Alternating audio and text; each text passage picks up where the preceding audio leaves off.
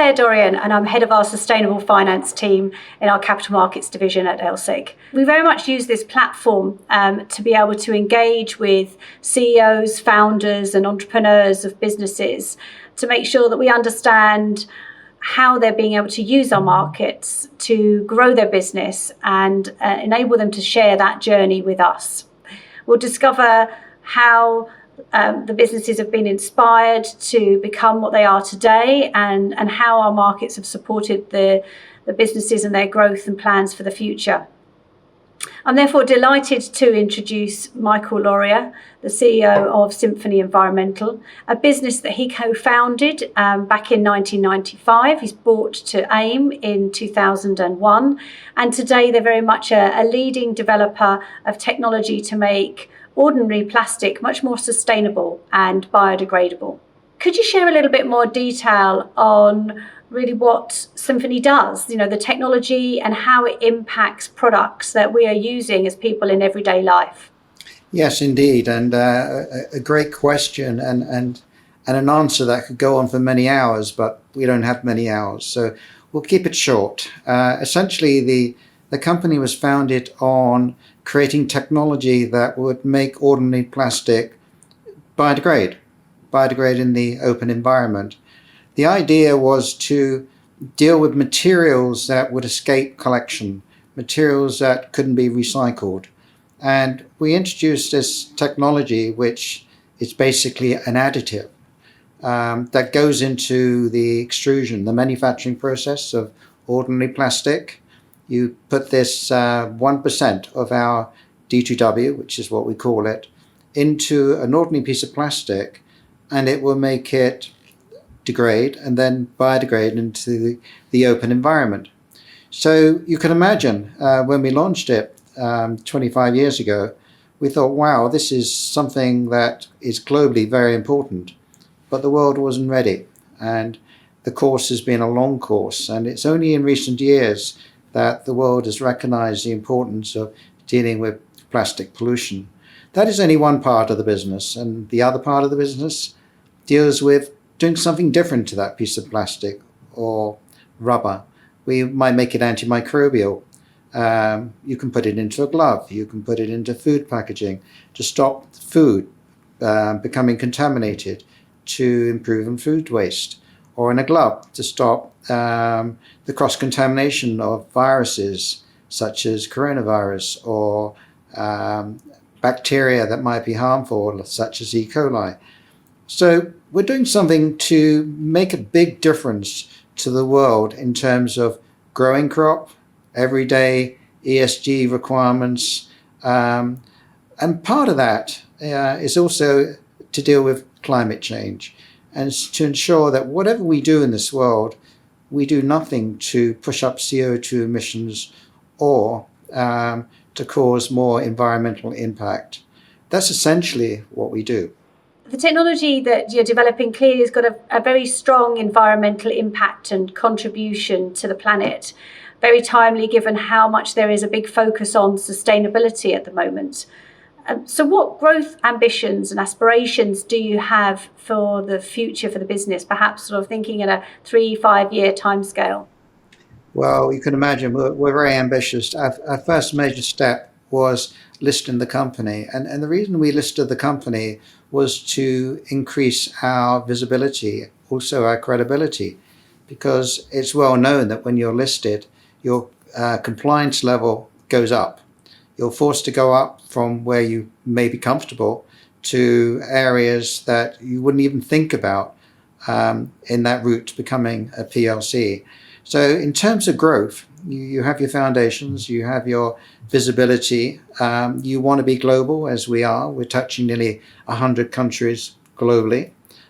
You want to engage with governments. So you engage with governments. Being a listed company, it increases that credibility, that visibility, and you're set. Now, in our case, our growth aspirations is global. We're talking about a world that consumes, just in ordinary plastic, something like 340 million tons of flexible plastics. On top of that, you've got a massive amount of rubber and plastic type articles, from gloves to buckets to pill bottles to all sorts of things, even cling film, garment films, all of that. And so you can imagine we're in a market that can only be described as being in the billions, because everybody on this planet will be using some form of plastic or rubber product in some way. It could be a drinking straw, it could be a toothpick, it could be, today, a toothbrush. It could be any of those. So you can imagine our aspirations are enormous, and we are looking at growth. We believe that will be many, many times where we are today. We put, over the course of the last 20, 25 years, a huge amount of investment in the development of our technologies, our R&D, our marketing, our communications, and that's an ongoing process. And being part of the LSE on the A market, it gives us that visibility. It allows us to interact with investors. It allows us to keep them properly informed all the time of what we're doing.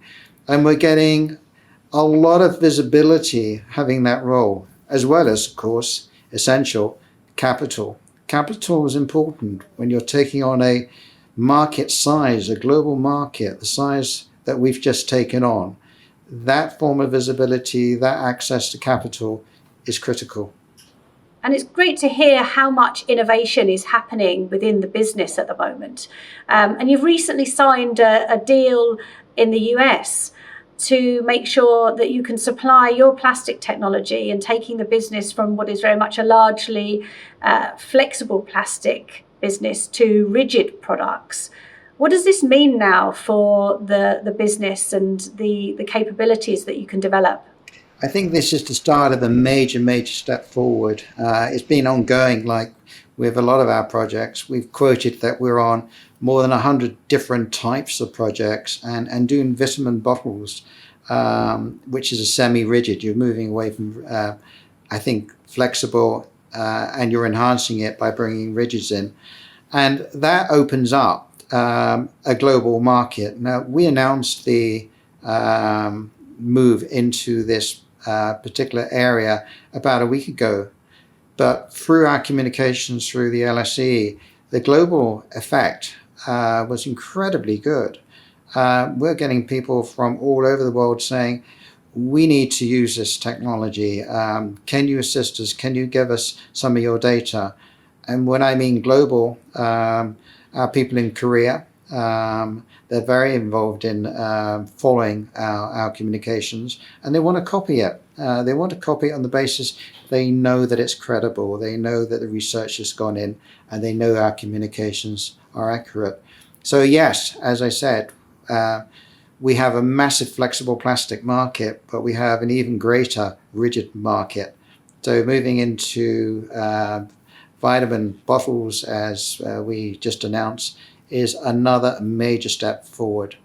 I'd love to ask you a little bit more, Michael, about life as a public company, and what your drivers were for Symphony in becoming public, and what are some of the benefits that you have seen as well by being a listed company? A great question, because my story goes back more than 25 years, and I've always wanted, being a family business, my family business started in 1920, a private business in burlap and cotton, and we moved into plastics in the 1990s, and as Symphony was formed in 1995, it was very, very clear that the technologies that we had needed to be shared with the masses. And the only way to do that was to share our paper with people that wanted to be part of it. But behind that, we created a distribution model. How do you get around the world? How do you speak the same languages? How do you have the same culture? So around the world, we set up distributors because we needed local people that understood the business. Many of those distributors became shareholders, or they were given share options.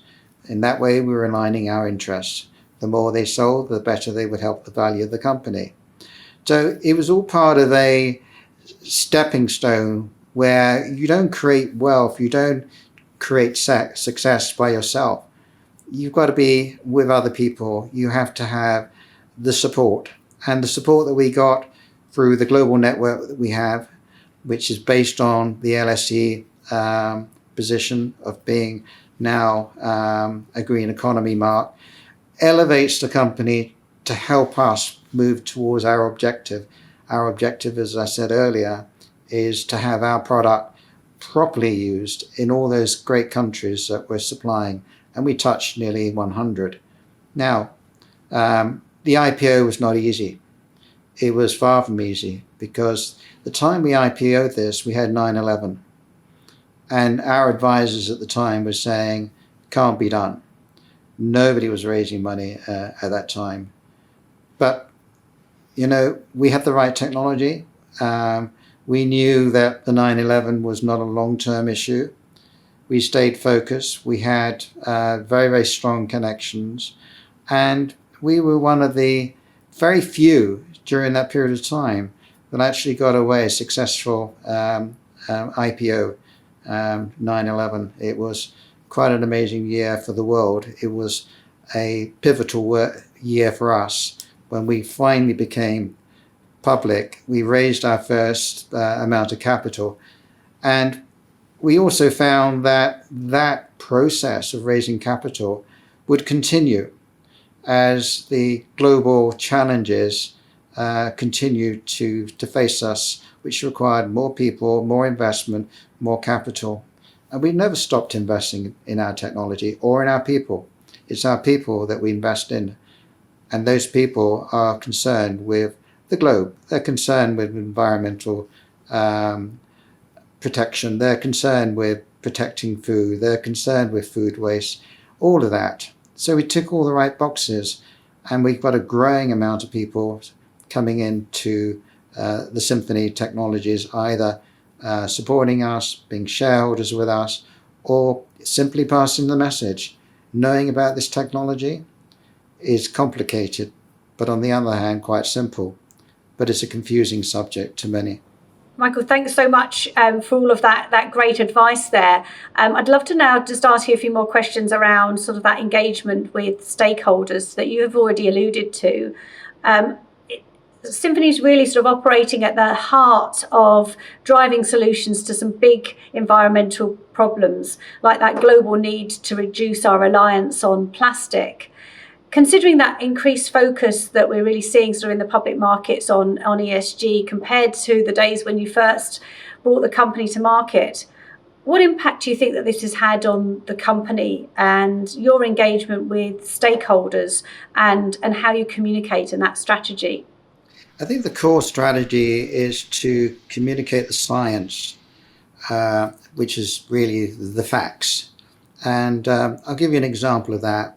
At the moment, the world is concerned over plastic, but today the world doesn't really understand plastics. They think plastics is really, really bad and we should avoid it, when actually the opposite is the facts. The facts are based on independent research, independent science. Plastic happens to have the best life cycle